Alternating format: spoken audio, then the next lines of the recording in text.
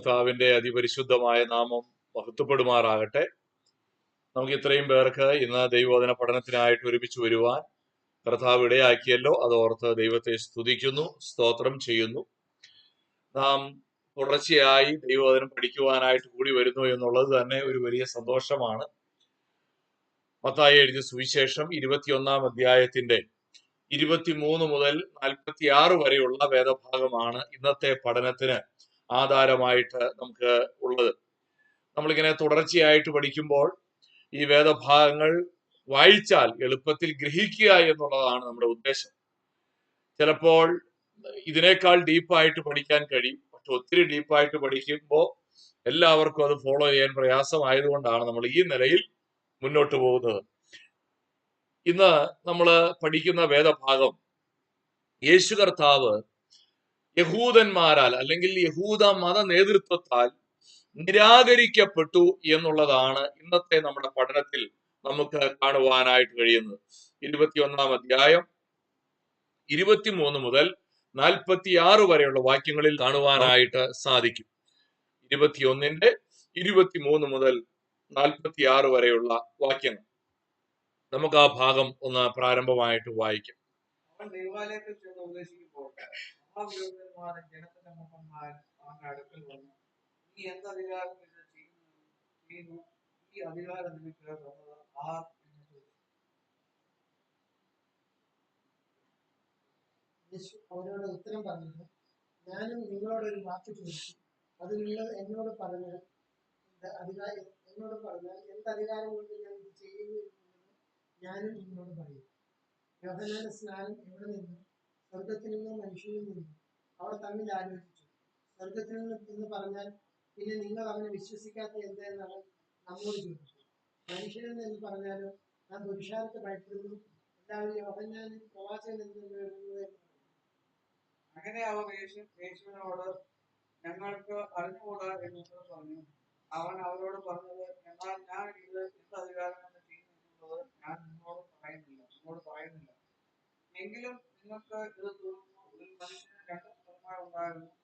അവൻ ഒന്നാമത്തവന്റെ അടുക്കൽ ചെന്ന് മകനെ, ഇന്ന് എന്റെ മുന്തിരിത്തോട്ടത്തിൽ പോയി വേല ചെയ്യുക എന്ന് പറഞ്ഞു. എനിക്ക് മനസ്സില്ല എന്ന് അവൻ ഉത്തരം പറഞ്ഞെങ്കിലും ഇന്നത്തേതിൽ അനുസരിച്ച് അവൻ പോയി. രണ്ടാമത്തവന്റെ അടുക്കൽ അവൻ ചെന്നു.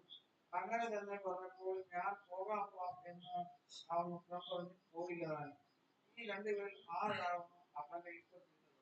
ഒന്നാമത്തവൻ എന്ന് അവർ പറഞ്ഞു. യേശു അവരോട് പറഞ്ഞത്, ചുമക്കാരും യേശുമാരും നിങ്ങൾക്ക് മുമ്പായി ഇവരായി കിടക്കുന്നു. സത്യമായിട്ട് ഞാൻ നിങ്ങളോട്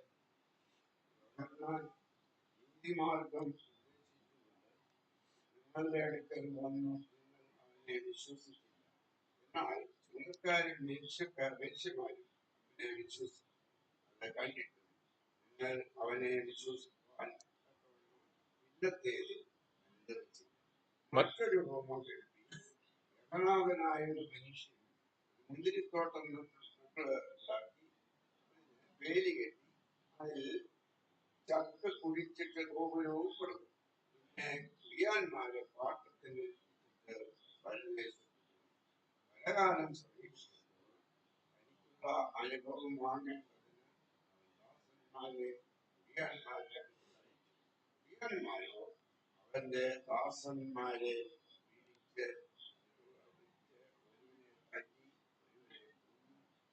മറ്റൊരുവനെ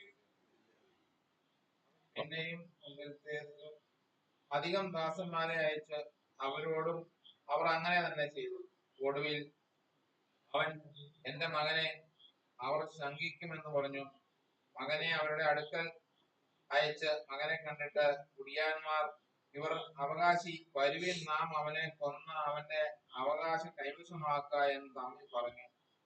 അവനെ പിടിച്ച് തോട്ടത്തിൽ നിന്ന് പുറത്താക്കി കൊന്നുകളഞ്ഞു. ആകയാൽ മുന്തിരിത്തോട്ടത്തിലെ ഉടയവൻ വരുമ്പോൾ ആ കുടിയാന്മാരോട് എന്ത് ചെയ്യും? അവർ ആ വല്ലാത്തവരെ വല്ലാതെ നിഗ്രഹിച്ച് തക്ക സമയത്ത് അനുഭവം കൊടുക്കുന്ന വേറെ കുടിയാന്മാർക്ക് തോട്ടമേൽപ്പിക്കുമെന്ന് അവർ അവനോട് പറഞ്ഞു. യേശു അവരോട്, വീട് പണിയുന്നവർ തള്ളിക്കളഞ്ഞ കല്ല് മൂലക്കല്ലായി തീർന്നിരിക്കുന്നു. ഇത് കർത്താവിനാൽ സംഭവിച്ചു, നമ്മുടെ ദൃഷ്ടിയിൽ ആശ്ചര്യവുമായിരിക്കുന്നു എന്ന് നിങ്ങൾ തിരുവെഴുത്തുകളിൽ ഒരിക്കലും വായിച്ചിട്ടില്ലയോ? അതുകൊണ്ട് ദൈവരാജ്യം നിങ്ങളുടെ പക്കൽ നിന്നെടുത്ത് അതിന്റെ ഫലം കൊടുക്കുന്ന ജാതികൾക്ക് കൊടുക്കും എന്ന് ഞാൻ നിങ്ങളോട് പറയുന്നു. ഈ കല്ലിന്മേൽ വീഴുന്നവൻ തകർന്നു പോകും, അത് ആരുടെ മേലെങ്കിലും വീണാൽ അവനെ ധൂളിപ്പിക്കും എന്ന് പറഞ്ഞു. അവന്റെ ഉപമകളെ മഹാപുരോഹിതന്മാരും പരീശന്മാരും കേട്ടിട്ട് തങ്ങളെ കൊണ്ട് പറയുന്നു എന്നറിഞ്ഞു. അവനെ പിടിപ്പാൻ അന്വേഷിച്ചു. എന്നാൽ പുരുഷാരം അവനെ പ്രവാചകൻ എന്ന് എണ്ണുക കൊണ്ട് അവരെ ഭയപ്പെട്ടു. നമുക്ക് മത്തായി എഴുതിയ സുവിശേഷം 21-ാം അധ്യായത്തിൽ യേശു കർത്താവ് തന്റെ ജീവിതത്തിന്റെ അവസാനത്തെ ആഴ്ചയാണ് വിവരിക്കുന്നത്. കർത്താവിന്റെ ജീവിതത്തിന്റെ അവസാനത്തെ ആഴ്ചയെ കുറിച്ചാണ് ഈ വേദഭാഗത്ത് നമുക്ക് പഠിക്കാനായിട്ട് കഴിയുന്നത്. കഴിഞ്ഞ ക്ലാസ്സിൽ നമ്മൾ അതേക്കുറിച്ച് ചിന്തിക്കാനായിട്ട് ആരംഭിച്ചു. കഴിഞ്ഞ ക്ലാസ്സിൽ നമ്മൾ കണ്ടത് യേശു യെരുശലേമിലേക്കുള്ള ഒരു വിജയപ്രവേശം നടത്തുകയാണ്. കഴുത കുട്ടിയുടെ പുറത്ത് വന്നതായിട്ട് നമ്മൾ വായിക്കുന്നുണ്ട്. പുരുഷാരമെല്ലാം അവനെ എതിരേൽക്കുന്നുണ്ട്, അല്ലെ? അത്യുന്നതങ്ങളിൽ ദൈവത്തിന് മഹത്വം എന്ന് പറഞ്ഞ് അവർ കർത്താവിനെ സ്വീകരിക്കുന്നു. പിന്നീട് യേശു യെരുശലേം ദേവാലയത്തിൽ പൊൻനാണ്യങ്ങളെ ക്രയവിക്രയം ചെയ്യുന്നവരെയൊക്കെ പുറത്താക്കി, പ്രാവുകളെ ആടുമാടുകളെയൊക്കെ വിൽക്കുന്നവരെ പുറത്താക്കി, എന്റെ ആലയം പ്രാർത്ഥനാലയം, നിങ്ങൾ അതിനെ കള്ളന്മാരുടെ ഗുഹയാക്കി തീർത്തിരിക്കുന്നു എന്നൊക്കെ പറഞ്ഞ് കർത്താവ് ദൈവാലയത്തെ ശുദ്ധീകരിക്കുന്നത് നമുക്ക് കാണുവാനായിട്ടിടയായി. അത് കഴിഞ്ഞ് കർത്താവ് അവിടെ ഒരു രോഗികളെ സൗഖ്യമാക്കി എന്ന് വായിച്ചു. പിന്നീട് യേശു ഏത് വീട്ടിലാണ് ഇവർ രാത്രി പോയി പാർത്തത്? രാത്രി എവിടായിരുന്നു സ്റ്റേ? ബഥാന്യയിൽ ലാസറിന്റെ ഭവനത്തിലാണ് യേശു പാർത്തത്. പിറ്റേ ദിവസം രാവിലെ വീണ്ടും യെരുശലേമിലേക്ക് പോയി. ആ പോകുന്ന വഴിയിലാണ് അത്തിവൃക്ഷത്തിൽ ഇല നിറഞ്ഞിരിക്കുന്നു, പക്ഷെ ഫലമില്ല. ആ സമയത്ത് കർത്താവ് എന്ത് ചെയ്തു? അത്തിയെ ശപിച്ചു. അത്തി ഉണങ്ങിപ്പോയതായിട്ട് നമ്മൾ കഴിഞ്ഞ ക്ലാസ്സിൽ പഠിച്ചു. ഈ യേശുവിന് യെരുശലേമിലുള്ള വലിയ സ്വീകരണം യഹൂദന്മാരെ സംബന്ധിച്ചിടത്തോളം ഭയങ്കര ഡിസ്റ്റർബൻസ് ആയിരുന്നു. അവർക്കതൊരു വലിയ അസ്വസ്ഥതയായിട്ട് മാറി. ഈ യേശുവിന് എന്താണ് ഇത്ര സ്വീകരണം? ഇവൻ എങ്ങനെയാണ് ഇതൊക്കെ ചെയ്യാൻ പറ്റുന്നത്? ഇത് അവരുടെ ഹൃദയത്തിൽ ഉണ്ടാക്കിയ ഒരു അസ്വസ്ഥത. അതാണ് നമ്മൾ ഇന്ന് പ്രാരംഭമായിട്ട് പഠിക്കാൻ പോകുന്ന വേദഭാഗത്ത് കാണുവാനായിട്ട് കഴിയുന്നു. കർത്താവ് അവരോട് സംസാരിക്കുമ്പോൾ അവരുടെ കപടഭക്തിയെക്കുറിച്ചും അവരുടെ അവിശ്വാസത്തെക്കുറിച്ചും അവർ മശിഹായെ നിരസിക്കുന്നു എന്നുള്ളതുമൊക്കെ ഈ വേദഭാഗത്ത് കർത്താവ് വിവരിക്കുന്നുണ്ട്. അതിലൂടെ ദൈവരാജ്യത്തിൽ നിന്ന് എങ്ങനെയാണ് യഹൂദന്മാർ പുറത്താക്കപ്പെടുന്നത്, അല്ലെങ്കിൽ യഹൂദന്മാരല്ല, യഹൂദ ജാതി എങ്ങനെ ദൈവരാജ്യത്തിൽ നിന്ന് അന്യപ്പെട്ടു പോകുന്നു എന്നുള്ളത് നമുക്ക് കാണുവാനായിട്ട് കഴിയും. മാത്രമല്ല, ഈ ദൈവരാജ്യത്തിൽ നിന്ന് അവർ പുറത്താക്കപ്പെടുമ്പോൾ അവർക്ക് വരാനിരിക്കുന്ന ന്യായവിധി എന്താണ്, അല്ലെങ്കിൽ അവർക്ക് അതിന്റെ അനന്തരഫലം എന്താകുന്നു എന്നുള്ളതും ഈ വേദഭാഗത്ത് നമുക്ക് പഠിക്കുവാനായിട്ട് കഴിയും. നമ്മള് ഈ 19 മുതൽ 25 വരെയുള്ള അധ്യായങ്ങൾ യേശുവിനെ യഹൂദന്മാര് നിരസിക്കുന്നതുമായി ബന്ധപ്പെട്ട വേദഭാഗങ്ങളാണ്. യേശുവിനെ അവരുടെ മുമ്പിൽ പ്രസന്റ് ചെയ്യുന്നു. അത് കഴിഞ്ഞ ക്ലാസ്സിൽ നമ്മൾ കണ്ടു. അവർ യേശുവിനെ നിരസിക്കുന്നു. അതിനോടുള്ള കർത്താവിന്റെ പ്രതികരണം. പ്രത്യേകാൽ 21-ന്റെ 23 മുതൽ, അഥവാ ഇന്ന് പഠിക്കുന്ന ഈ വേദഭാഗം 22-ാം അധ്യായത്തിന്റെ 14 വരെയുള്ള വേദഭാഗത്ത് മഹാപുരോഹിതന്മാരും മൂപ്പന്മാരുമൊക്കെ യേശുവിനെ നിരസിച്ചതിനെ കുറിച്ചാണ് നമ്മൾ പഠിക്കുന്നത്. ആ ഭാഗത്ത് യേശു എങ്ങനെയാണ് പ്രതികരിച്ചത്? യേശുവിനോട് അവർ ചോദിക്കുന്നുണ്ട്, നീ ഇതൊക്കെ ഏത് അധികാരം കൊണ്ടാണ് ചെയ്യുന്നത്? 21-ാം അധ്യായത്തിന്റെ 23 മുതൽ 27 വരെയുള്ള വാക്യങ്ങളിൽ കർത്താവ് അതിനോട് പ്രതികരിക്കുകയാണ്. കർത്താവ് എങ്ങനെയാണ് പ്രതികരിച്ചത്? യേശു 3 ഉപമകൾ തുടർച്ചയായിട്ട് അവരോട് പറയുന്നുണ്ട്. അതായത് അവർ യേശുവിനെ നിരസിച്ചതിന് യേശു പ്രതികരിച്ചത് 3 ഉപമകൾ പറഞ്ഞാണ്. ഒന്നാമത്തെ ഉപമ 2 ആൺമക്കളുടെ ഉപമയാണ് പറഞ്ഞത്. രണ്ടാമത്തെ ഉപമ പറഞ്ഞത് കുടിയാന്മാരുടെ ഒരു ഉപമയാണ്. കുടിയന്മാരുടെ അല്ല, കുടിയാന്മാരുടെ. മൂന്നാമത്തെ ഉപമയാണ് ഒരു വലിയ വിവാഹ വിരുന്നിന്റെ ഉപമ. അത് 22-ാമത്തെ അധ്യായത്തിലാണ് നമുക്ക് കാണുവാനായിട്ട് കഴിയുന്നത്. ഈ യേശുവിന്റെ പ്രസംഗങ്ങളിൽ ഞാൻ മുമ്പും പറഞ്ഞിട്ടുണ്ട്, ഒരു കാര്യം പറയാൻ കർത്താവ് ഒന്നിലേറെ ഉപമ പറയും, ഇല്ലേ? കാണാതെ പോയതിനെ കണ്ടു കിട്ടുന്നതിന്റെ സന്തോഷത്തെ കുറിച്ച് 3 ഉപമ പറഞ്ഞു. ഏതൊക്കെയാ? ഒന്ന് ദ്രഹ്മ, ഒന്ന് ഒരാട്, അല്ലെ 100 ആടുകളുടെ ഉപമ, ഒന്ന് 2 ആൺമക്കളുടെ ഉപമ. അതുപോലെ തന്നെയാണ് മത്തായിയുടെ സുവിശേഷം 24-25 അധ്യായങ്ങളിൽ കർത്താവിന്റെ നാള് നാഴി അറിയാത്തതുകൊണ്ട് ഒരുങ്ങിയിരിപ്പിൻ എന്ന് പറയാൻ 3 ഉപമ പറഞ്ഞു. അതേതൊക്കെയാ? അവിടെ ഒന്നാമത്തെ ഉപമ വിശ്വസ്തനും ബുദ്ധിമാനുമായ ദാസനും മടിയനും കപടഭക്തനുമായ ഒരു ദാസന്റെ ഉപമ പറഞ്ഞു. രണ്ടാമത് 10 കന്യകമാരുടെ ഉപമ പറഞ്ഞു. പിന്നീട് താലന്തുകളുടെ ഉപമ പറഞ്ഞു. ഒരാൾക്ക് 1 താലന്ത്, ഒരാൾക്ക് 2 താലന്ത്, ഒരാൾക്ക് 5 താലന്ത് കൊടുത്തു. അപ്പോൾ ഒരേ കാര്യമാണ് പറഞ്ഞത്, പക്ഷെ 3 ഉപമകളിലൂടെ ആ വിഷയത്തിന്റെ വ്യത്യസ്തമായ തലങ്ങളെ കർത്താവ് അവതരിപ്പിക്കുക. അതുപോലെ തന്നെയാണ് യഹൂദന്മാർ കർത്താവിനെ നിരസിച്ചു. ഇത് പറയാൻ വേണ്ടി കർത്താവ് എന്ത് ചെയ്യുന്ന അറിയാമോ? 3 ഉപമകൾ ഇവിടെ അവതരിപ്പിക്കണം. എല്ലാ സ്ഥലത്തും 3 ഉപമയല്ല കേട്ടോ. നമ്മള് മത്തായിയുടെ സുവിശേഷത്തിൽ തന്നെ 13-ാം അധ്യായത്തിൽ 7 ഉപമകളിലൂടെയാണ് കർത്താവ് സംസാരിച്ചത്, അതായത് ദൈവരാജ്യത്തെ കുറിച്ച്. അപ്പൊ നമുക്ക് ഇതിന്റെ വിശദാംശങ്ങളിലേക്ക് കടന്നു പോകാം. നമ്മൾ ഓരോ വാക്യങ്ങളായിട്ടാണല്ലോ പഠിച്ചു പോകുന്നത്. 23 വാക്യത്തിൽ ഈ പുരോഹിതന്മാരും മൂപ്പന്മാരും യേശുവിനോട് ചോദിക്കുന്ന ഒരു ചോദ്യമുണ്ട്. നീ എന്ത് അധികാരം കൊണ്ട് ഇത് ചെയ്യുന്നു? ഈ അധികാരം നിനക്ക് തന്നത് ആരാകുന്നു? ഇവിടെ ഈ പുരോഹിതന്മാർ ഇല്ലേ, അവരെയാണ് നമ്മൾ അവിടെ ആദ്യം കാണുന്നത്. മഹാപുരോഹിതന്മാർ എന്ന് നമ്മൾ കാണുന്നു. മറ്റൊരു കൂട്ടർ അവിടെ കാണുന്നുണ്ട്. അതാരാണ്? മൂപ്പന്മാർ. ആരാണ് ഈ മഹാപുരോഹിതന്മാരും മൂപ്പന്മാരും? മഹാപുരോഹിതൻ നമുക്കറിയാം, യെരൂശലേം ദൈവാലയത്തിൽ ശുശ്രൂഷ ചെയ്യുന്ന പുരോഹിതന്മാരിൽ മഹാപുരോഹിതന്മാരായ ആളുകളുണ്ട്. യേശുവിന്റെ ക്രൂശീകരണ സമയത്ത് ആരൊക്കെയായിരുന്നു? കയ്യഫാവും ഹന്നാവും, അല്ലെ? അങ്ങനെ 2 മഹാപുരോഹിതന്മാരുണ്ട്. ഞാൻ പണ്ടിവിടെ പറഞ്ഞിട്ടുണ്ട്, യോഹന്നാൻ സുവിശേഷമൊക്കെ പഠിപ്പിച്ച സമയത്ത് അന്ന് ഈ ആരാണ് മഹാപുരോഹിതനാകേണ്ടത് എന്നുള്ളത് തീരുമാനിച്ചിരുന്നത് റോമൻ ഗവൺമെന്റ് ആയിരുന്നു. അവര് പണം വാങ്ങി, കൈക്കൂലിയായിട്ട് പണം വാങ്ങി അവരാണ് തീരുമാനിക്കുന്നത് ഈ വർഷം ആര് മഹാപുരോഹിതൻ ആകണം എന്ന് പറഞ്ഞാൽ അതൊരു പൊളിറ്റിക്കൽ അപ്പോയിന്റ്മെന്റ് ആണ്. ഇന്നത്തെ നമ്മുടെ ഭാഷയിൽ പറഞ്ഞാൽ, അല്ലെ? പൊളിറ്റിക്കൽ അപ്പോയിന്റ്മെന്റ് ആണ്, രാഷ്ട്രീയപരമായ രാഷ്ട്രീയ നിയമനങ്ങളാണ്. എന്നാൽ ഈ മൂപ്പന്മാർ ആരാണ്? മൂപ്പന്മാരെന്ന് പറയുന്നത് പുരോഹിതന്മാരല്ല. അവര് ഈ ഇസ്രായേൽ ഗോത്രങ്ങളിലെ നേതൃത്വത്തിൽ ഇരിക്കുന്ന ആളുകളാണ്. ഇവര് 2 കൂട്ടരും കൂടെ ചേർന്നാണ് ഈ സന്നിദ്രീം സംഘം രൂപീകരിക്കുന്നത്, പുരോഹിതന്മാരും മൂപ്പന്മാരും. അപ്പോൾ അവര് യേശുവിനോട് ചോദിക്കുന്ന ഒരു ചോദ്യമാണ്, എന്ത് അധികാരം കൊണ്ടാണ് നീ ഇത് ചെയ്യുന്നത് എന്ന് പറഞ്ഞാൽ. യേശു എന്തൊക്കെ ചെയ്തു? രാജാവായിട്ട് യെരൂശലേമിലേക്ക് വിജയപ്രവേശം നടത്തുന്നു. യെരൂശലേം ദൈവാലയത്തിൽ വന്നു കഴിഞ്ഞപ്പോൾ അവിടെ പൊന്നാണ്യങ്ങൾ വിൽക്കുന്നവര്, ആടുമാടുകളെ വിൽക്കുന്നവര്, പ്രാവുകളെ വിൽക്കുന്നവര്, മണി എക്സ്ചേഞ്ച് ചെയ്യുന്നവരെയൊക്കെ പുറത്താക്കുന്നു. പിന്നീട് അവിടെ കണ്ട രോഗികളെയൊക്കെ സൗഖ്യമാക്കുന്നു. ഇപ്പോൾ അവിടെ നമ്മൾ വായിക്കുകയാണ്, കാണുന്ന ഒരു കാര്യം, യേശു അവിടെ ഇരുന്ന് ആളുകളെ ഉപദേശിക്കുകയൊക്കെ ചെയ്യുകയാണ്. യേശു ഇതൊക്കെ ചെയ്യുമ്പോൾ യേശുവിനോട് ചോദിക്കുന്ന ഒരു ചോദ്യമാണ് അവിടെ നമ്മൾ വായിക്കുന്നുണ്ട് 23-ാം വാക്യത്തിൽ. ഉപദേശിക്കുമ്പോൾ നീ എന്ത് അധികാരത്തിലാണ് ഇതൊക്കെ ചെയ്യുന്നത്? കാരണം അന്നത്തെ കാലത്ത് ഒരാൾ ഉപദേശിക്കുമ്പോൾ, പൗലോസ് ഉപദേശിക്കുകയാണെങ്കിൽ ഗമാലിയേലിന്റെ ശിഷ്യനാണ്. അപ്പോൾ ഗമാലിയേലിൽ നിന്ന് കിട്ടുന്ന അധികാരം കൊണ്ടാണ് പൗലോസ് എന്ത് ചെയ്യേണ്ടത്? ഉപദേശിക്കേണ്ടത്.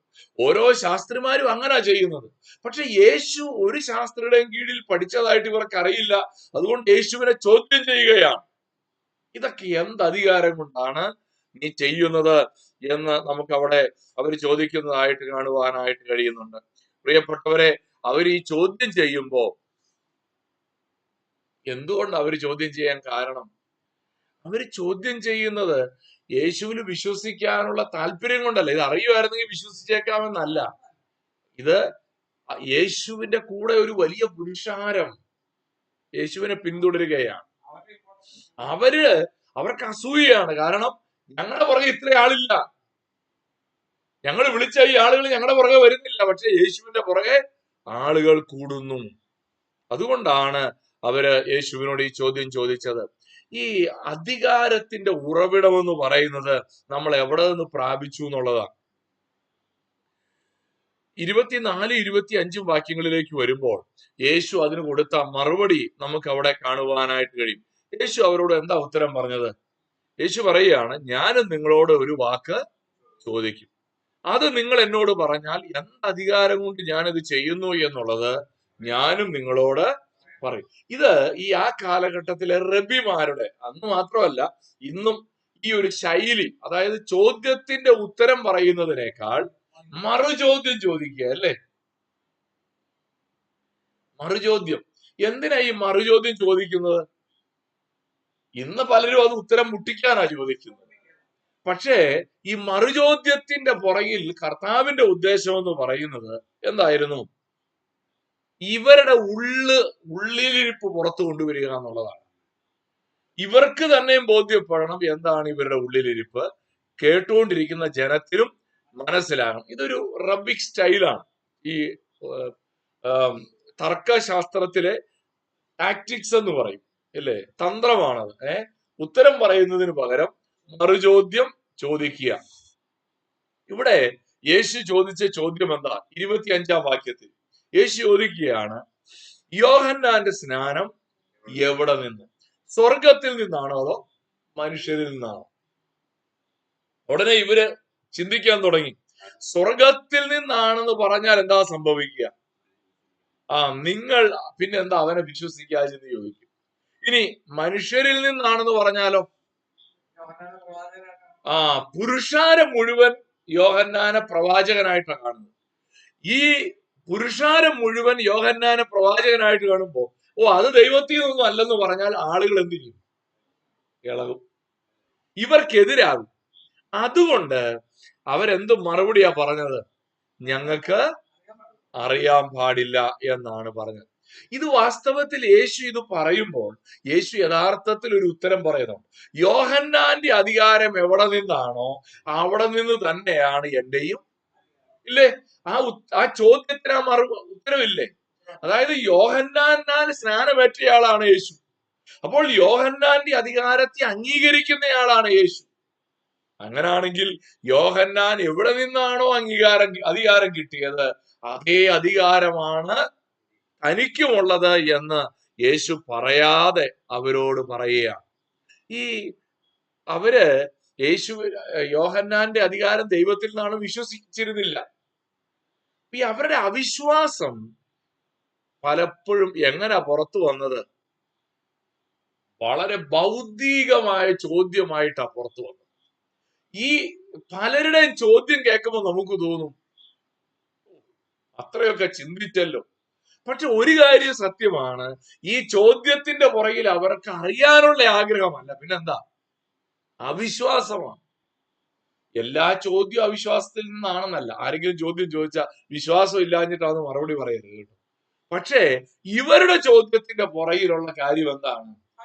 അവിശ്വാസമാണെന്ന് കർത്താവ് അവരെ ബോധ്യപ്പെടുത്തുകയാണ്. പ്രിയപ്പെട്ടവരെ, നമ്മൾ ഈ ദൈവവചനത്തെ വായിക്കുകയും പഠിക്കുകയും ധ്യാനിക്കുകയും ഒക്കെ ചെയ്യുമ്പോൾ അവിശ്വാസത്തോടെയാണോ അടുത്ത് ചെല്ലുന്നത് എന്നുള്ളത് സ്വയം ഒന്ന് ചോദിക്കണം. പല ചോദ്യങ്ങളുടെയും കാരണം അവിശ്വാസമാണ്. നോക്കിയേ, 26 വാക്യത്തിൽ അവര് തന്നെ ചിന്തിക്കുന്ന ഒരു കാര്യമുണ്ട്. മനുഷ്യരിൽ നിന്നെന്ന് പറഞ്ഞാലോ നാം പുരുഷാരത്തെ ഭയപ്പെടുന്നു. എല്ലാവരും യോഹന്നാനെ പ്രവാചകൻ എന്നല്ലോ എണ്ണുന്നത്. അവര് തന്നെ പറയുകയാണ്, ഇത് കുഴപ്പം, നമ്മൾ ചോദിച്ചത് അബദ്ധമായി. കാരണം എന്നാ? ജനം മുഴുവൻ യോഹന്നാൻ ദൈവത്താൽ അയക്കപ്പെട്ടവരാണെന്നാണ് വിശ്വസിക്കുന്നത്. നമ്മളിനി എങ്ങനെ മാറ്റി പറയും? ഇതാണ് പ്രശ്നം. അങ്ങനെ അവർ യേശുവിനോട് ഞങ്ങൾക്ക് അറിഞ്ഞുകൂടാ എന്ന ഉത്തരം പറഞ്ഞു. അപ്പൊ യേശു അവരോട് പറഞ്ഞു, എന്നാൽ ഞാൻ ഇതെന്ത് അധികാരം കൊണ്ട് ചെയ്യുന്നു എന്നുള്ളത് ഞാനും നിങ്ങളോട് പറയുന്നില്ല. ഈ ആത്മീക സത്യങ്ങളോട് നമ്മൾ പ്രതികരിച്ചില്ലെങ്കിൽ കർത്താവ് നമ്മളോട് ഇങ്ങനെ ആയിരിക്കും, ഈ കർത്താവ് നമ്മളോട് ചോദിക്കുന്നതിന് നമുക്ക് മറുപടി പറയാനില്ലാത്തത് കൊണ്ട്, നമുക്ക് അവിശ്വാസമായതുകൊണ്ടുമാണ് അടുത്ത പടികളിലേക്ക് കർത്താവ് നമ്മളെ പലപ്പോഴും കൊണ്ടുപോകാത്തത്. ഈ വലിയ സത്യം നമ്മൾ മറന്നുകൂടും. അതുകൊണ്ട് നമ്മുടെ പ്രതികരണം എപ്പോഴും വിശ്വാസത്തിന്റെ പ്രതികരണമായിരിക്കണം. നമ്മുടെ അവിശ്വാസത്തിന്റെ പ്രതികരണമാണ് നമ്മുടെ ആത്മീയ ജീവിതത്തിൽ മുന്നോട്ട് പോകുന്നതിൽ നിന്ന് നമ്മെ തടയുന്നത്. രണ്ടാമത്തെ ഉപമ, ഇനി കർത്താവ് ഉപമകൾ സംസാരിക്കാൻ തുടങ്ങിയാണ്. ആദ്യത്തെ ഉപമയിലേക്ക് നമുക്ക് വരാം. 28 മുതൽ 32 വരെയുള്ള വാക്യങ്ങളിലാണ് ആദ്യത്തെ ഉപമ. അവിടെ കർത്താവ് 2 മക്കളുള്ള ഒരു അപ്പന്റെ ഉപമയാ പറയുന്നത്, അല്ലെ? 28ഉം 29ഉം വാക്യങ്ങളിലേക്ക് വരുമ്പോൾ, എങ്കിലും നിങ്ങൾക്ക് എന്തു തോന്നുന്നു? ഒരു മനുഷ്യന് 2 പുത്രന്മാർ ഉണ്ടായിരുന്നു. അവൻ ഒന്നാമത്തവന്റെ അടുക്കൽ ചെന്ന്, മകനെ, ഇന്ന് നിന്റെ മുന്തിരിത്തോട്ടത്തിൽ പോയി വേല ചെയ്യുക എന്ന് പറഞ്ഞു. എനിക്ക് മനസ്സില്ല എന്ന് അവൻ ഉത്തരം പറഞ്ഞു. എങ്കിലും പിന്നത്തേതിൽ അനുദപിച്ചു അവൻ പോയി. ഇവിടെ ഒരു മുന്തിരിത്തോട്ടം, അല്ലെ? ഒരു മുന്തിരിത്തോട്ടത്തിന്റെ ഉടയവൻ, പിന്നെ 2 മക്കള്. 20-ാം അധ്യായത്തിൽ നമ്മൾ ഇതുപോലെ രൂപം പഠിച്ചു, ഇല്ലേ? രാവിലെ 3-ാം മണി നേരത്ത് ജോലിക്ക് പോയവര്, 6-ാം മണി നേരത്ത് ജോലിക്ക് പോയവര്, 9-ാം മണി നേരത്ത് ജോലിക്ക് വരും, 11-ാം മണി നേരത്ത് ജോലിക്ക് പോയവർ. അവിടെ നമ്മൾ പഠിച്ചു ഈ മുന്തിരിത്തോട്ടം എന്തിനെയാണ് സൂചിപ്പിക്കുന്നത്? അത് ഇസ്രായേലിനെ സൂചിപ്പിക്കുന്ന ഒരു മുന്തിരിത്തോട്ടമാണ്. ഇവിടെ കർത്താവ് ഇസ്രായേലിനെ സൂചിപ്പിക്കുന്ന ഒരു മുന്തിരിത്തോട്ടത്തെ കുറിച്ചാണ് വീണ്ടും സംസാരിക്കുന്നത്. ഇനി അവിടെ നമ്മൾ കാണുന്ന ഒരു കാര്യമാണ് ഒന്നാമത്തെ മകൻ. ഈ ഒന്നാമത്തെ മകനോട് കർത്താവ്, ഈ അപ്പനൊരു കാര്യം പറഞ്ഞു, മുന്തിരിത്തോട്ടത്തിൽ പോയി വേല ചെയ്യാം. എന്തായിരുന്നു അവന്റെ പ്രതികരണം? അവൻ എടുത്തയടിക്ക് പറഞ്ഞു, എനിക്ക് മനസ്സില്ല, അല്ലെ? കർത്താവ് എന്നിട്ട് പറയുകയാണ്, എങ്കിലും പിന്നത്തേതിൽ അനുദപിച്ച് അവൻ, എന്ന് പറഞ്ഞാൽ അപ്പൻ പറഞ്ഞത് അനുസരിക്കാൻ മനസ്സില്ല എന്നാണ് അവന്റെ പെട്ടെന്നുള്ള പ്രതികരണത്തിൽ നമുക്ക് മനസ്സിലായത്. പക്ഷെ കുറച്ച് കഴിഞ്ഞപ്പോ അവൻ ചിന്തിച്ചു, ഓ, അങ്ങനെ പോയാ അത് ശരിയായില്ല, ഞാൻ അപ്പനോട് അങ്ങനെ പറഞ്ഞത്. അവൻ പിന്നെ അനുദപിച്ചിട്ട് പോയി. എന്നാൽ രണ്ടാമതൊരു മകനെ കുറിച്ച് അവിടെ പറയുന്നത് എന്താ? അവന്റെ അടുക്കൽ ചെന്ന് അങ്ങനെ തന്നെ പറഞ്ഞപ്പോൾ അവൻ പറഞ്ഞു, പോകാം. പക്ഷെ അവിടെ പറയുകയാണ്, പോകാം അപ്പ എന്ന് അവൻ പറഞ്ഞു, പോയില്ല താൻ. അപ്പോൾ 2 മക്കൾ, ഒരാള് പോകില്ല എന്ന് പറഞ്ഞു, പോയി. രണ്ടാമത്തവൻ പോകാമെന്ന് പറഞ്ഞു, പക്ഷെ പോയില്ല. എന്നിട്ട് കർത്താവ് ചോദിക്കുന്ന ഒരു ചോദ്യത്തിലാണ് എന്തിനാണ് ഈ ഉപമ പറഞ്ഞതെന്ന് മനസ്സിലാകുന്നു. ഈ 2 പേരിൽ ആരാകുന്നു അപ്പന്റെ ഇഷ്ടം ചെയ്തത്? അപ്പൊ എല്ലാവരും പറഞ്ഞ മറുപടി എന്താണ്? ഒന്നാമത്തവൻ. എന്നിട്ട് യേശു പറഞ്ഞത് എന്നാന്ന് നോക്കിയേ. യേശു അവരോട് പറഞ്ഞത്, ചുങ്കക്കാരും വേശ്യമാരും നിങ്ങൾക്ക് മുമ്പായി ദൈവരാജ്യത്തിൽ കടക്കുന്നു എന്ന് സത്യമായിട്ട് ഞാൻ നിങ്ങളോട് പറയും. ഇതെന്തിനാ കർത്താവ് ഇത് പറഞ്ഞത്? ഈ ദൈവരാജ്യം പ്രസംഗിക്കുമ്പോ ആത്മീയമായിട്ട് അടുത്ത് നിൽക്കുന്നു എന്ന് തോന്നുന്നവർ, പോകാം അപ്പ എന്ന് പറയുന്ന ആളുകൾ എന്ത് ചെയ്യില്ല? അവരെ മാനസാന്തരപ്പെടുന്നില്ല, അവരനുദപിക്കുന്നില്ല, അവര് പോകില്ല. പിന്നത്തേതിൽ അവരെന്ത് ചെയ്തു? സ്വയം രീതിയിൽ നടക്കുന്ന ആ, ആൾക്കാരാണ്. പോകാം അപ്പ എന്ന് പറഞ്ഞു, പക്ഷെ പോയില്ല. പോകില്ല എന്ന് മനസ്സില്ല എന്ന് പറഞ്ഞ ആളുകള് പിന്നത്തേതിൽ അനുദപിച്ചു പോയി. ഇവിടെ ഈ യഹൂദന്മാരോട് കർത്താവ് പറയുന്നത് എന്താണ്? നിങ്ങൾ എന്ത് ചെയ്തു? നിങ്ങൾ പറഞ്ഞു പോകാം എന്ന് പറഞ്ഞു, പക്ഷേ പോയില്ല. നിങ്ങൾ പുരോഹിതന്മാരാണ്, വചനത്തെക്കുറിച്ച് അറിവുള്ളവരാണ്, നിങ്ങൾ ആത്മീയമായി മുമ്പിൽ നിൽക്കുന്നവരാണെന്ന് പറയുന്നവരാണ്, നിങ്ങൾ നവീകരണത്തെ കുറിച്ച് പറയുന്നവരാണ്, പക്ഷേ നിങ്ങൾ എന്ത് ചെയ്യുന്നില്ല? അനുദപിക്കുന്നില്ല, നിങ്ങൾ അപ്പന്റെ ഇഷ്ടം ചെയ്യുന്നില്ല. അതുകൊണ്ട് എന്താണ്? നിങ്ങൾ ദൈവരാജ്യത്തിൽ കടക്കുന്നതിന് മുമ്പേ ആര് കടക്കും? വേശ്യമാരും ചുങ്കക്കാരും. കാരണം അന്നത്തെ സമൂഹത്തിൽ ഈ വേശ്യമാരും ചുങ്കക്കാരും എന്ന് പറയുന്നത് ആരാണ് എന്ന് പറഞ്ഞാൽ അന്നത്തെ സമൂഹത്തിലെ അവഗണിക്കപ്പെട്ട എന്ന് പറഞ്ഞാൽ ഒരു വിലയില്ലാത്തവരാണ്. DREGS എന്നുള്ളൊരു വാക്കാണ് അതിന് ചേരുക. എന്ന് പറഞ്ഞാൽ വേസ്റ്റ് എന്നാണ് അവരെ കണക്കാക്കുന്നത്.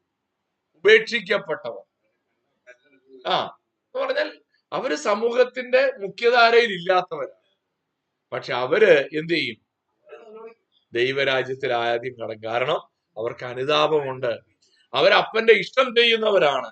ഇതാണ് കർത്താവ് അവരോട് പറയുന്നത്. മറ്റവരെന്താണ്?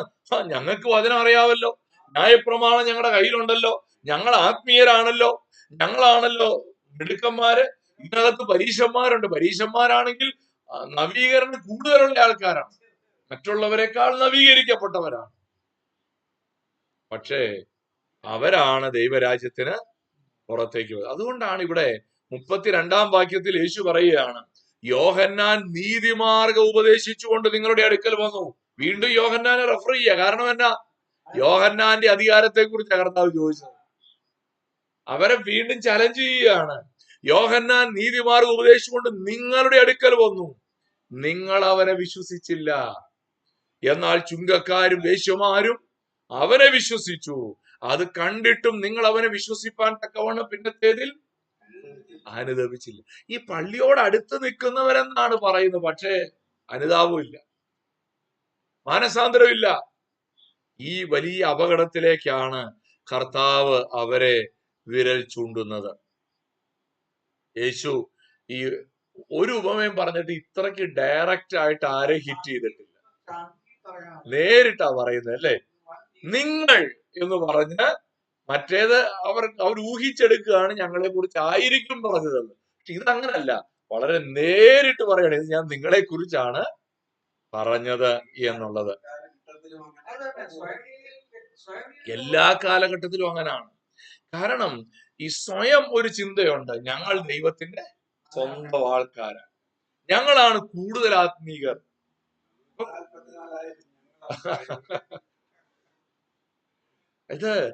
ഇത് നമുക്ക് സഭാവ്യത്യാസം കൂടാതെ, സമൂഹ വ്യത്യാസം കൂടാതെ പറയാൻ കഴിയുന്ന ഒരു കാര്യമാണ്. ആത്മീയരാണെന്ന് ചിന്തിക്കുന്ന പലരും എന്താണ്? മാനസാന്തരപ്പെടുന്നില്ല, അനുദപിക്കുന്നില്ല, ഹൃദയം തകരുന്നില്ല. മാനസാന്തരം ഞങ്ങൾക്ക് വേണമെന്ന് അവർ ചിന്തിക്കുന്നില്ല. പലപ്പോഴും ചിന്തിക്കുന്നത് മറ്റുള്ളവർക്കാണ് മാനസാന്തരം ആവശ്യമുള്ളവരെന്നാണ്. യഥാർത്ഥത്തിൽ ചുങ്കക്കാരും വേശ്യമാരും ദൈവത്താൽ തള്ളപ്പെട്ടവരാണെന്നാണ് അവർ വിചാരിക്കുക. അതുകൊണ്ടല്ലേ നീ ചുങ്കക്കാരുടെയും വേശ്യമാരുടെയും കൂടെ ഭക്ഷണം കഴിക്കാൻ പോകുന്നു. ഈ സ്ത്രീ എങ്ങനെയുള്ളവളാണെന്ന് അറിഞ്ഞിരുന്നെങ്കിൽ നിന്നെ തൊടാൻ നീ സമ്മതിക്കില്ലായിരുന്നെന്നാണ് അവര് പറഞ്ഞത്. അതെ, അതിലേക്ക് ഇനി വരുന്നുണ്ട് ഉപമ, അതുകൊണ്ടാണ്. ഓക്കെ, അവര് യോഹന്നാന്റെ പ്രസംഗം കേട്ട് മാനസാന്തരപ്പെട്ടവരാണ് ഈ വേശ്യമാരും ചുങ്കക്കാരും. പക്ഷെ ഇവരോ അതുകൊണ്ടാണ് യോഹന്നാൻ ഇവരെ വിളിച്ചത് സർപ്പസന്തതികളെ എന്ന് വിളിച്ചു. കർത്താവും അവരെ വിളിച്ചു സർപ്പസന്തതികളെ. ഓക്കെ, എങ്ങനെ നീതീകരിക്കപ്പെടും എന്നുള്ള മാർഗം. ഓക്കെ, നിലവിലുള്ള വ്യത്യസ്ത അല്ല, ശരിയായി എങ്ങനെ ദൈവസന്നിധിയിൽ നീതീകരിക്കപ്പെടും? വിശ്വാസത്താലാണ് നീതീകരണം എന്നുള്ളതാണ് യോഹന്നാൻ പഠിപ്പിച്ചത്. അതായത് കേട്ടിട്ട് പോയിട്ട് പിന്നെ അത് ദൈവവചനം ക്രിയ ചെയ്തു. അതെ അതെ, അതായത് ഇവിടെ ഈ കോണ്ടെക്സ്റ്റിൽ ഉദ്ദേശിക്കുന്നത് ദൈവത്തിന്റെ സ്വന്തം ആൾക്കാരാന്ന് പറഞ്ഞവർ ഇത് കേട്ടതേ ഉള്ളൂ, അവരനുഭവിച്ചില്ല. മറ്റൊരു കേട്ടു, അനുഭവിച്ചു. അവിടെ ആരാധനയുണ്ട്, എല്ലാം ഉണ്ട്, പക്ഷെ അനുതാപം ഇല്ല. അതെ,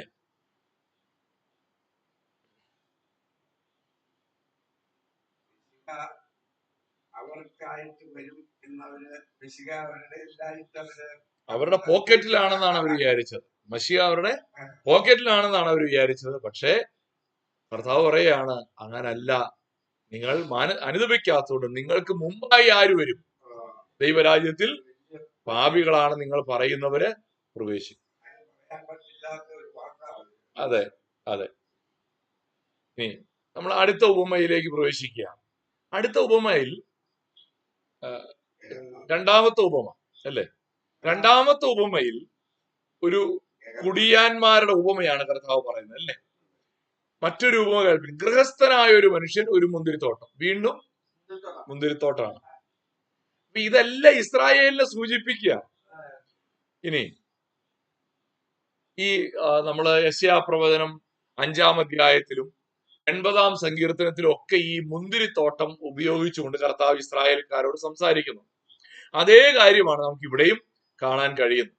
ഇവിടെ മുന്തിരിത്തോട്ടം നട്ടുണ്ടാക്കി, അതിന് വേര് കെട്ടി, അതിന് ചക്ക് കുഴിച്ചിട്ട് ഗോപുരവും പണിതു. പിന്നെ കുടിയാന്മാരെ പാട്ടത്തിന് ഏൽപ്പിച്ചിട്ട് പരദേശത്തേക്ക് പോയി. ഫലകാലം സമീപിച്ചപ്പോൾ തനിക്കുള്ള ഫലം വാങ്ങേണ്ടതിന് അവൻ ദാസന്മാരെ കുടിയന്മാരുടെ അടുക്കൽ അയച്ചു. ഇവിടെ ഈ മുന്തിരിത്തോട്ടം നട്ടുണ്ടാക്കി, അതിന് വേലി കെട്ടി, അതിന് ചക്ക് കുഴിച്ചിട്ടു, ഗോപുരവും പണിതു. ഇതൊക്കെ എന്തിനാ പറഞ്ഞത്?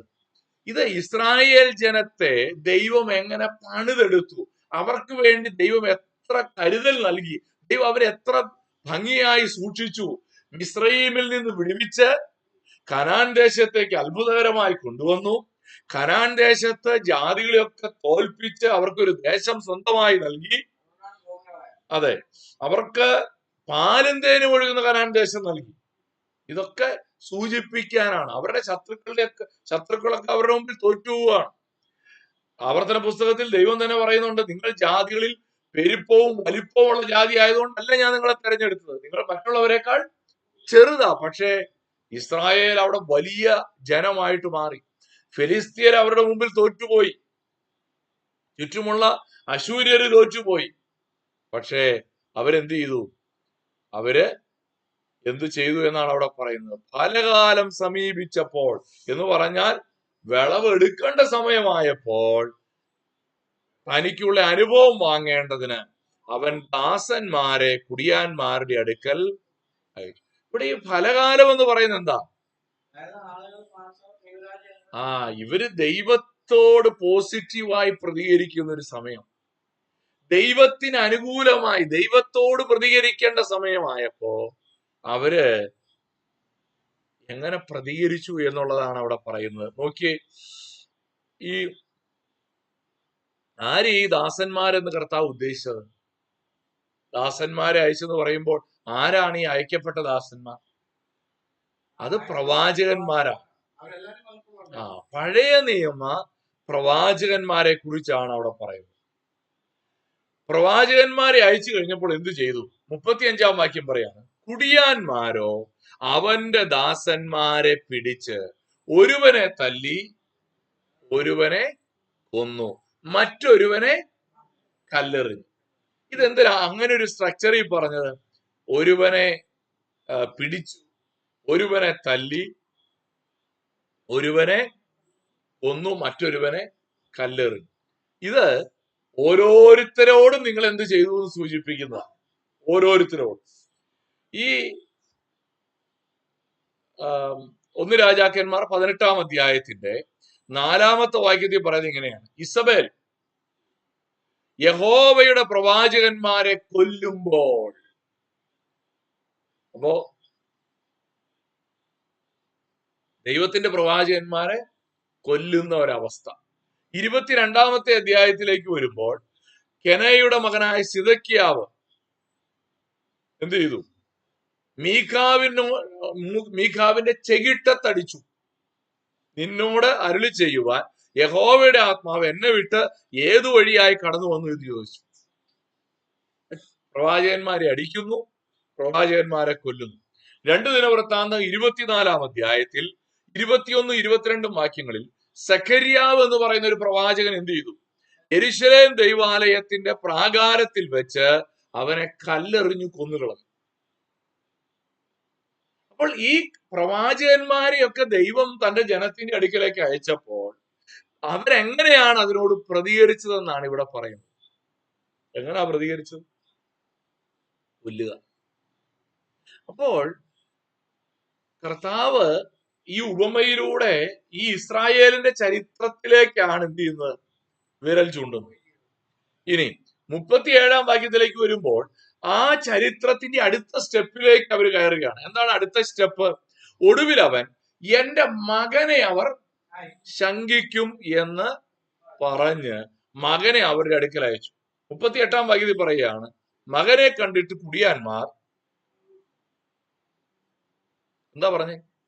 ഇവൻ അവകാശി, വരുവിൻ നാം അവനെ കൊന്ന് അവന്റെ അവകാശം കൈവശമാക്കുക എന്ന് തമ്മിൽ പറഞ്ഞു. അവനെ പിടിച്ച് തോട്ടത്തിൽ നിന്ന് പുറത്താക്കി കൊന്നുകള. ആ, അതായത് ഇപ്പോ എന്താ സംഭവിച്ചിരിക്കുന്നത്? ഈ ഇങ്ങനെ ഒരു സ്ഥലത്തേക്ക് മോനെ അയക്കുക എന്ന് പറയുന്നത് മണ്ടത്തരമാണെന്ന് തോന്നുന്നില്ലേ? നമുക്ക് തീർച്ചയായിട്ടും നമ്മുടെ നോട്ടത്തിൽ അത് തീരും വലിയൊരു മണ്ടത്തരം വേറെ ഇല്ലല്ലോ. പക്ഷെ ഈ സ്വർഗീയ പിതാവിന്റെ സ്നേഹം എന്ന് പറയുന്ന അതാണ്. നമ്മൾ പലപ്പോഴും വിചാരിക്കുന്നത് അതൊരു മണ്ടത്തരമായല്ലോ. പക്ഷേ പിതാവ് അവരെ ഉപേക്ഷിച്ച് കളയാൻ തയ്യാറല്ലായിരുന്നു. സ്വന്തം പുത്രനെ അവരുടെ അടുക്കലേക്ക് അയക്കുകയാണ്. അവിടെ ഇത് എന്താണ് അപ്പൊ ഇനി ഈ പറയാൻ പോകുന്ന കാര്യം എന്തിനെ കുറിച്ചാണ്? കർത്താവിന്റെ ക്രൂശീകരണത്തെ കുറിച്ചാണ്. എന്ന് പറഞ്ഞാൽ കർത്താവ് 3 പ്രാവശ്യം ഈ സുവിശേഷത്തിൽ തന്നെ ഓൾറെഡി പറഞ്ഞു, ഞാൻ ക്രൂശിക്കപ്പെടും. ഈ ഉപമയിലൂടെ വീണ്ടും പറയുകയാണ്, ഞാൻ ക്രൂശിക്കപ്പെടാൻ പോവുക, അല്ലേ? അവനെ പിടിച്ച് തോട്ടത്തിൽ നിന്ന് പുറത്താക്കി കൊന്നുകളഞ്ഞു. ഇവിടെ യേശുവിന്റെ ക്രൂശീകരണത്തിലേക്ക് വീണ്ടും വിരൽ ചൂണ്ടുകയാണ്. അങ്ങനാണെങ്കിൽ ഇനി എന്താണ് ഈ യജമാനന്റെ പ്രതികരണമെന്ന് നോക്കിയാൽ എന്ത് സംഭവിക്കും? അതായത് ഇവർ ഇപ്പോൾ യേശുവിനെ നിരാകരിക്കുകയാണല്ലോ, അതിനോടുള്ള ദൈവത്തിന്റെ പ്രതികരണം എന്താണെന്ന് നോക്കിയാട്ടെ. അവിടെയാണ് ഈ ചരിത്രത്തിന്റെ കീ കിടക്കുന്നത്. ആകയാൽ 40 മുതലുള്ള വാക്യം, മുന്തിരിത്തോട്ടത്തിന്റെ ഉടയവൻ എന്ത് ചെയ്തു? വരുമ്പോൾ ആ കുടിയന്മാരോട് എന്ത് ചെയ്യും? അവൻ ആ വല്ലാത്തവരെ വല്ലാതെ നിഗ്രഹിച്ച് തക്ക സമയത്ത് അനുഭവം കൊടുക്കുന്ന വേറെ കുടിയാന്മാർക്ക് തോട്ടം ഏൽപ്പിക്കും എന്ന് അവർ അവനോട് പറഞ്ഞു. ഇവിടെ ഉപയോഗിച്ചിരിക്കുന്ന ഒരു കാര്യമുണ്ട്, അനുഭവം, തക്ക സമയത്ത് അനുഭവം കൊടുക്കുക. എന്താണ് ഈ അനുഭവം? അവിടെ പറയുന്ന അനുഭവം എന്താണ്? എന്താ അനുഭവം? ദൈവരാജ്യത്തിന്റെ അനുഭവമാണ്. എന്താണ് ഈ ദൈവരാജ്യത്തിന്റെ അനുഭവം? അതാണ് ഇനി നമ്മൾ ഈ വേദഭാഗത്ത് കാണാൻ പോകുന്നത്. എന്ത് അനുഭവത്തെ കുറിച്ച് അവിടെ പറയുന്നത്?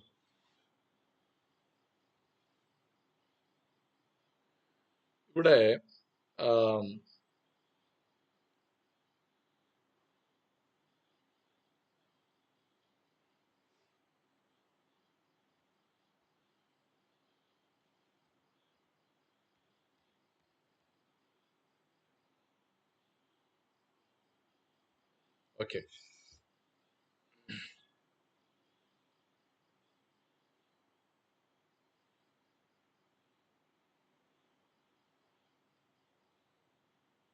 ഓക്കെ, അപ്പം ഇവരിൽ നിന്ന് പിടിച്ചെടുക്കുന്നത് എന്താണ്?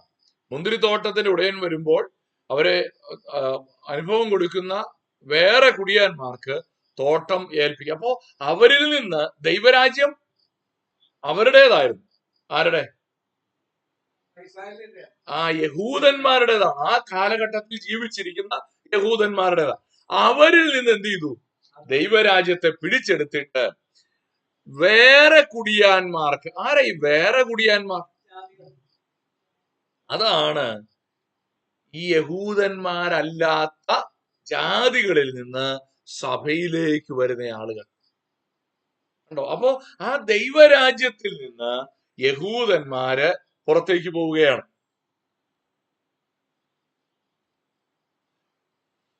ഈ 42 വാക്യത്തിലേക്ക് വരുമ്പോ യേശു അവരോട്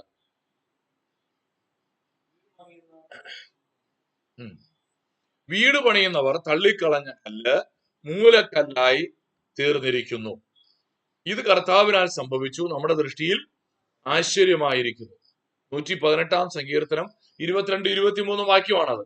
അപ്പൊ ആ വാക്യങ്ങളെ കോട്ട് ചെയ്തുകൊണ്ട് കർത്താവ് പറയുക, ഇതുവരെ കർത്താവ് ഒരു മുന്തിരിത്തോട്ടത്തിന്റെ ഉദാഹരണമാ പറഞ്ഞെങ്കിൽ ഇപ്പൊ ഒരു കെട്ടിടത്തിന്റെ ഉദാഹരണത്തിലേക്ക് വന്നു, അല്ലേ? അപ്പോൾ ഇവിടെ ആ ഉദാഹരണത്തിലേക്ക് വന്നിട്ട് കർത്താവ് 43 വാക്യത്തിൽ ഒരു കാര്യം പറയുകയാണ്, ദൈവരാജ്യം നിങ്ങളുടെ പക്കൽ നിന്ന് എടുത്ത്, അതായത് ആരെ അവിടെ ഉദ്ദേശിച്ചത്? യഹൂദന്മാരെ. ദൈവരാജ്യം നിങ്ങളുടെ പക്കൽ നിന്ന് എടുത്ത് അതിന്റെ ഫലം കൊടുക്കുന്ന ജാതിക്ക് കൊടുക്കും എന്ന് ഞാൻ നിങ്ങളോട്, അവിടെ വളരെ കൃത്യമായിട്ട് ആ വാക്ക് ഉപയോഗിച്ചിട്ടുണ്ട്, ജാതികൾക്ക്, ജാതിക്ക് എന്ന് പറഞ്ഞാൽ യഹൂദന്മാരിൽ നിന്ന് പുറത്തേക്ക്. ഇതുവരെ ദൈവത്തിന്റെ സ്വന്തം ജനമാരായിരുന്നു? യഹൂദന്മാരായിരുന്നു, അല്ലെ? നിങ്ങളോട് ഫലം ചോദിച്ചു, പക്ഷെ നിങ്ങളിൽ കണ്ടില്ല. അപ്പൊ എന്ത് ചെയ്തു? നിങ്ങളെ ശപിച്ചു, അത്തിയെ ശപിച്ചതുപോലെ നിങ്ങളെ ശപിച്ചു. ഇനി ആരിലാണ് ഫലം?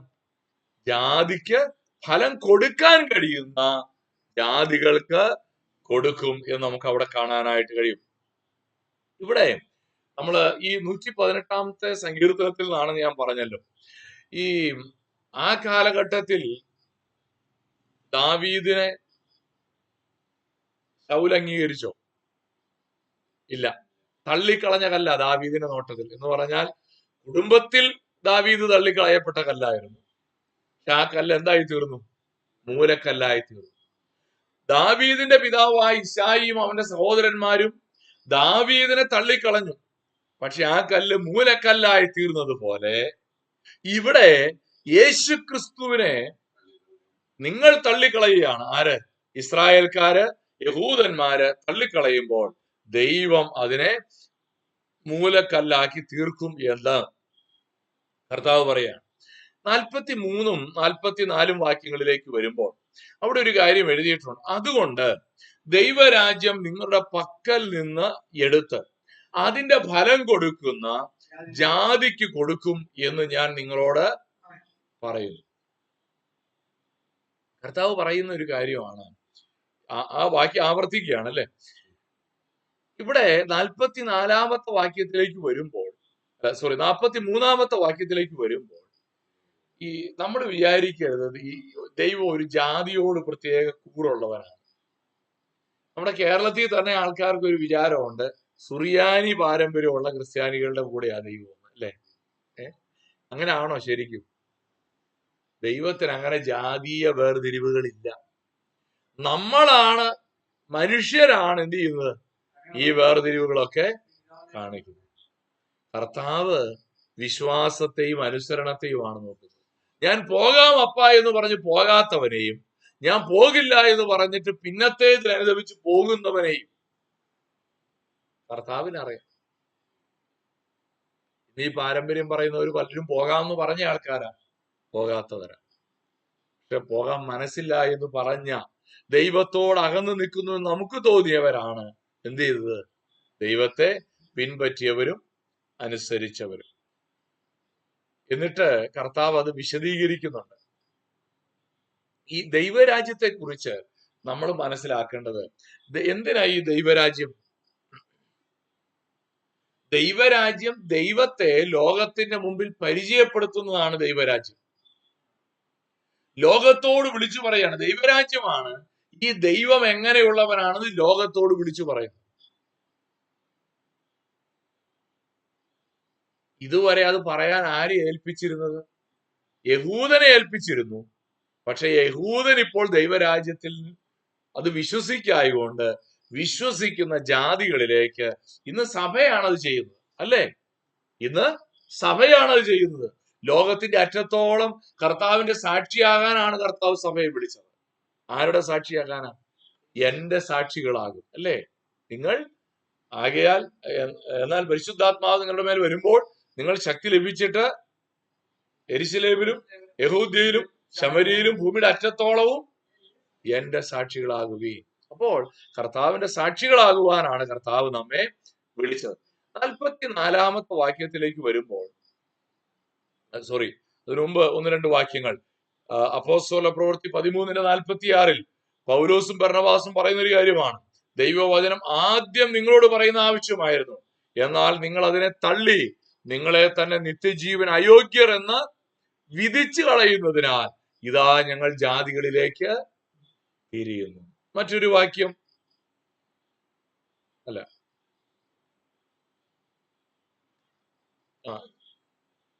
ഓക്കെ, അപ്പോസ്തല പ്രവൃത്തികൾ 18 5 6 വാക്യങ്ങൾ. ശീലാസും തിമോത്തിയോസും മക്കെദോന്യയിൽ നിന്ന് വന്നാറെ പൗലോസ് ഘോഷണത്തിൽ ശുഷ്കാന്തി പൂണ്ട് യേശു തന്നെ ക്രിസ്തു എന്ന് യഹൂദന്മാർക്ക് സാക്ഷീകരിച്ചു. അവർ എതിർ പറയുകയും ദുഷിക്കുകയും ചെയ്യുകയാൽ അവൻ വസ്ത്രം കുടഞ്ഞു. നിങ്ങളുടെ നാശത്തിന് നിങ്ങൾ തന്നെ ഉത്തരവാദികൾ. ഞാൻ നിർമ്മലൻ, ഇനിമേൽ ഞാൻ ജാതികളുടെ അടുക്കൽ പോകും എന്ന് അവരോട് പറഞ്ഞു. കണ്ടോ, യഹൂദനോടാണ് ആദ്യം പ്രസംഗിച്ചത്. പക്ഷെ അവർ വിശ്വസിക്കാതെ വന്നപ്പോൾ എന്ത് ചെയ്തു? ജാതികളിലേക്ക് തിരിഞ്ഞതായിട്ട് നമുക്ക് അവിടെ കാണുവാനായിട്ട് കഴിയും.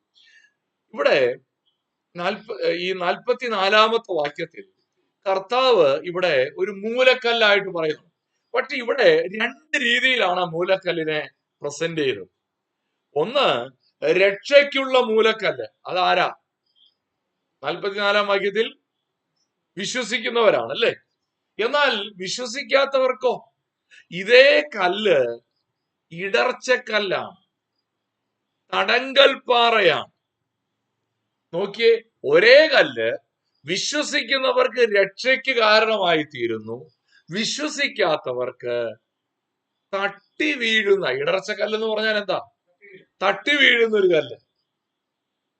ആ കല്ലിൽ വിശ്വസിച്ചാൽ അത് അവർക്ക് രക്ഷയാണ്, വിശ്വസിക്കാത്തവർക്ക് അത് ശിക്ഷയാണ്. പ്രിയപ്പെട്ടവരെ, ഇവിടെ നമുക്ക് കാണാൻ കഴിയുന്ന ഒരു കാര്യം, യേശു കർത്താവിനെ വിശ്വസിക്കാത്തവർക്ക്, ഒന്നുകിൽ നിങ്ങൾ യേശുവിനെ വിശ്വസിക്കുന്നവര്, അല്ലെങ്കിൽ നിങ്ങൾ യേശുവിനെ വിശ്വസിക്കാത്തവര്. പറയുന്നത് മനസ്സിലാവുന്നുണ്ടോ? നമുക്ക് ന്യൂട്രൽ ആകാൻ പറ്റത്തില്ല. വിശ്വസിക്കുന്നുണ്ടോ എന്ന് ചോദിച്ചാ ഉണ്ട്, ഇല്ല എന്ന് പറഞ്ഞ അങ്ങനെ ഇല്ല. ഒന്നുകിൽ നിങ്ങൾ വിശ്വസിക്കുന്നവർ, അല്ലെങ്കിൽ വിശ്വസിക്കാത്തവർ. ഒത്തുപൊരുത്ത പരിപാടി ഇല്ല. ന്യൂട്രൽ ആയിട്ട് നിൽക്കാൻ പറ്റത്തില്ല. ക്രിസ്തീയ ജീവിതത്തിന്റെ ഒരു പ്രത്യേകത.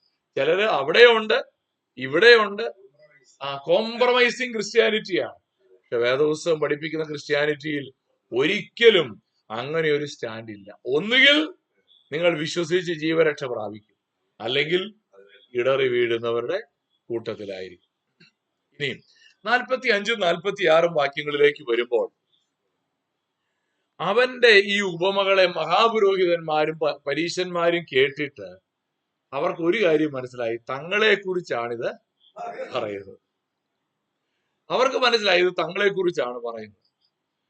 അവനെ പിടിപ്പാൻ അവരെന്ത് ചെയ്തു? അവനെ പിടിപ്പാൻ അന്വേഷിച്ചു. എന്നാൽ പുരുഷാരം അവനെ പ്രവാചകനെ നിന്നുകൊണ്ട് അവരെ ഭയപ്പെട്ടു. ഇവിടെ എന്നെ ചിന്തിപ്പിച്ച ഒരു കാര്യം നിങ്ങളോട് പറയാം. ഇവരിപ്പോഴും ഈ തടങ്കൽ പാറയെ കുറിച്ച് ഒരു ഭയമില്ല. അവരിപ്പോഴും ആരെയെ ഭയപ്പെടുന്നുള്ളൂ? പുരുഷാരത്തെ മാത്രമേ. ഇന്ന് അനേകം വിശ്വാസികളുടെ ഗതികേട് എന്നാന്നറിയാമോ? ദൈവത്തെ ഭയപ്പെട്ട് അവര് എന്ത് ചെയ്യുന്നില്ല? അവര് ദൈവത്തെ ഭയപ്പെട്ട് അവര് മാനസാന്തരപ്പെടുന്നില്ല. അവരിപ്പോഴും എന്ത് ചെയ്യുന്നേ ഉള്ളൂ? അവരിപ്പോഴും പുരുഷാരത്തെ ഭയപ്പെട്ട് തെറ്റിപ്പോവുക. ഇത് നമ്മുടെയൊക്കെ ജീവിതത്തിൽ ഈ അപകടം സംഭവിക്കാൻ സാധ്യതയുണ്ട്. ഉണ്ടോ? തീർച്ചയായിട്ടും സാധ്യതയുണ്ട്. നമ്മളും മനുഷ്യരെ ഭയപ്പെട്ടാൽ, പുരുഷാരത്തെ ഭയപ്പെട്ടാൽ നമുക്ക് ഇതേ അപകടം സംഭവിക്കുവാനായിട്ടുള്ള സാധ്യതയുണ്ട്. അതുകൊണ്ട് ഞാൻ ആ ഭാഗം അവിടെ വെച്ച് അവസാനിപ്പിക്കുകയാണ്. നേരെ ആപ്ലിക്കേഷനിലേക്ക് കയറുകയാണ്. ഇതുവരെ പറഞ്ഞതിന്റെ ആപ്ലിക്കേഷൻ പറഞ്ഞ് കണ്ടുപിടിക്കുക. നമ്മൾ കർത്താവിന്റെ അധികാരത്തിന് കീഴ്പ്പെടുക. കർത്താവ് ചോദിച്ചൊരു ചോദ്യമുണ്ട്. കർത്താവിനോട് അവർ ചോദിക്കുകയാണ്, ഏത് അധികാരം കൊണ്ടാണ് ഇതൊക്കെ? നമ്മൾ മനസ്സിലാക്കേണ്ട ഒരു കാര്യം, നമ്മുടെ ആത്മീക ജീവിതത്തിൽ ദൈവിക അധികാരത്തിന് നമ്മൾ കീഴ്പ്പെടേണ്ടത് ആവശ്യമായിട്ടാണ്. നമ്മൾ ഒന്ന് സ്വയം ചോദിച്ചു നോക്കിയേ, നമ്മൾ ദൈവത്തിന്റെ അധികാരത്തിന് കീഴ്പ്പെടുന്നുണ്ടോ? നമ്മൾ ഒരുപക്ഷെ കർത്താവിന്റെ അടുത്ത് ഒന്ന് ചോദിക്കുന്നില്ലായിരിക്കും, ഇതൊക്കെ ചെയ്യാൻ നിനക്ക് എന്നാ അധികാരം? ചോദിക്കാറുണ്ടോ? ഇല്ല. പക്ഷേ കർത്താവ് നമ്മളോട് പറയുന്നത് അനുസരിക്കാതെ വരുമ്പോൾ നമ്മൾ എന്താ യഥാർത്ഥത്തിൽ ചെയ്യുന്നത്? ദൈവിക അധികാരത്തെ ചോദ്യം ചെയ്യുക. കർത്താവിന് അങ്ങനെ അങ്ങ് പറഞ്ഞാൽ മതി അല്ലേ? നമ്മൾ അധികാരത്തിന് കീഴ്പ്പെടുന്നില്ല എന്നുള്ളതിന്റെ ഏറ്റവും വലിയ തെളിവാണ് നമ്മൾ ചോദ്യം ചെയ്യുന്നത്, നമ്മൾ അനുസരിക്കാതെ. അതുകൊണ്ട് നമ്മുടെ ജീവിതത്തിൽ അനുസരണമാണ് അധികാരത്തിന് വിധേയപ്പെടുന്നതിന്റെ ഏറ്റവും നല്ല തെളിവ്. ക്ഷമയോടുകൂടി അല്ലെങ്കിൽ പരമാർത്ഥമായി അനുസരിക്കുക. പോകില്ല അപ്പ എന്ന് പോകാം അപ്പ എന്ന് പറഞ്ഞിട്ട് പോകാതിരിക്കുന്നതിനേക്കാൾ നല്ലതാണ് ആദ്യം വിശ്വസിച്ചില്ലെങ്കിലും ഇടയ്ക്ക് തെറ്റിപ്പോയെങ്കിലും മടങ്ങി വന്ന് അനുസരിക്കുന്നത്. ഈ അനേക വിശ്വാസികളുടെ പ്രശ്നം എന്നറിയോ? ബൈബിൾ ക്ലാസ് കഴിയുമ്പോ, കൂട്ടായ്മ കഴിയുമ്പോ, പ്രസംഗം കേട്ട് കഴിയുമ്പോ ഭയങ്കര തീരുമാനമാ, സമർപ്പണം അല്ലേ?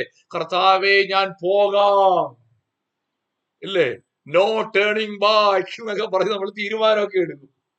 വീട്ടിൽ ചെല്ലുമ്പോ ഇതെല്ലാം മറക്കും. ഇത് ഏത് കൂട്ടത്തിലാ? പോകാം അപ്പ എന്ന് പറഞ്ഞിട്ട് പോകാത്തവന്റെ അനുസരണമാണ്. നമ്മുടെ ജീവിതത്തിൽ ഇത് സംഭവിക്കാറില്ലേ പലപ്പോഴും? ഞാൻ ഈ കുറച്ചു നാൾ മുമ്പ് വായിച്ചൊരു പുസ്തകമുണ്ട്, പ്രതിഷ്ഠാ ജീവിതം എന്ന ആ പുസ്തകത്തിന്റെ പേര്. അതിനകത്ത് ആ ദേവദാസൻ ചോദിക്കുന്ന ഒരു കാര്യമാണ്, പറയുന്നൊരു കാര്യമാണ്, അനേകരുടെ ആത്മീയ ജീവിതത്തിൽ വളർച്ചയില്ലാത്തതിന്റെ കാരണം ദൈവസന്നിധിയിൽ എടുത്ത തീരുമാനങ്ങൾ അനുസരിക്കാത്തതാണ്. പോകാമപ്പ എന്നൊക്കെ പറയും, പക്ഷെ പോകാത്തതാണ്. ചെയ്യാമപ്പ എന്ന് പറയും, പക്ഷെ ചെയ്യാത്തതാണ്. അതുകൊണ്ട് പരമാർത്ഥതയോടുകൂടെ അനുസരിക്കുവാനായിട്ട് കഴിയണം. ദൈവത്തിന്റെ കൃപയോട് പ്രതികരിക്കണം. ആദ്യം പ്രവാചകന്മാരെ അയച്ചു, അവരെ അനുസരിച്ചില്ല, അവരെ തല്ലി, അവരെ ഓടിച്ചു, അവരെ കൊന്നുകളഞ്ഞു. രണ്ടാമത് പിന്നെയും പ്രവാചകന്മാരെ അയച്ചു, അവരെയും അനുസരിച്ചില്ല. ഒടുവിൽ സ്വന്തം പുത്രനെ അയക്കുന്ന ആ ദൈവത്തിന്റെ കൃപ, ദൈവത്തിന്റെ സ്നേഹമുണ്ടല്ലോ, അതിനോട് നാം പ്രതികരിക്കുന്നുണ്ടോ? ഫലം തിരയുന്ന ഒരു സമയം ഉണ്ടെന്നുള്ളത് മറന്നു പോകരുത്, അല്ലെ? ഈ കർത്താവിനറിയാം എപ്പോഴാ ഫലം തിരയേണ്ടത്. ഫലത്തിന്റെ കാലമായപ്പോഴാണ് കർത്താവ് എന്ത് ചെയ്തത്? ഫലം തിരഞ്ഞത്. ഞാൻ എപ്പോഴും വിചാരിക്കും, നമ്മളെ കുറിച്ചൊക്കെ ഫലം തിരയുന്ന സമയമായില്ലേ? എത്ര കാലമായെന്നറിയാമോ പാട്ടും പ്രസംഗവും ബൈബിൾ ക്ലാസ്സും ആയിട്ടൊക്കെ നടക്കുന്നു. ഫലം തിരയേണ്ട ഒരു സമയമായില്ലേ? അതോ ഇപ്പോഴും വെള്ളം ഒഴിച്ച് വേലി കെട്ടി നനച്ച് കള പറിച്ച് കൊണ്ടു നടക്കേണ്ട സമയം ആയുള്ളോ? ഇപ്പോഴും നമ്മുടെ ജീവിതത്തെ ഗൗരവമായി പരിശോധിക്കാൻ ഇടയാകണം. ഫലം കായ്ക്കണം. കർത്താവ് ഫലം തിരയുന്നുണ്ട്. അവസാനമായി build life upon Jesus Christ the corner stone. ആ മൂലക്കല്ലിനോട് ചേർത്ത് നമ്മുടെ ജീവിതത്തെ പണിതെടുക്കുവാനായിട്ടിടയായിത്തീരണം. നമ്മുടെ ക്രിസ്തീയ ജീവിതം യേശു എന്ന മൂലക്കല്ലിനോട് ചേർത്ത് വെച്ച് പണിതെടുക്കേണ്ട ജീവിതം. അതുകൊണ്ട് നമുക്ക് പ്രാർത്ഥിക്കാം, കർത്താവേ, എന്റെ ക്രിസ്തീയ ജീവിതം അങ്ങാകുന്ന മൂലക്കല്ലിനോട് ചേർത്ത് വെച്ച് പണിയുവാൻ എന്നെ സഹായിക്കണമേ എന്ന് നമുക്ക് എല്ലാവർക്കും പ്രാർത്ഥിക്കാം. ദൈവകരങ്ങളിലേക്ക് ഏൽപ്പിക്കാം. ഹല്ലേലൂയ. എല്ലാവരും ഒന്ന് പ്രാർത്ഥിച്ചാട്ടെ. കർത്താവെ, തീരുമാനമെടുത്തിട്ട് അനുസരണക്കേടിൽ ജീവിക്കാനല്ല, എടുത്ത തീരുമാനത്തിൽ ഉറച്ചു നിന്ന് അനുസരണത്തിൽ മുന്നോട്ട് പോകാൻ എന്നെ സഹായിക്കണമേ അപ്പ എന്ന് നമുക്ക് പ്രാർത്ഥിക്കാം. ദൈവകരങ്ങളിൽ സമർപ്പിക്കാം.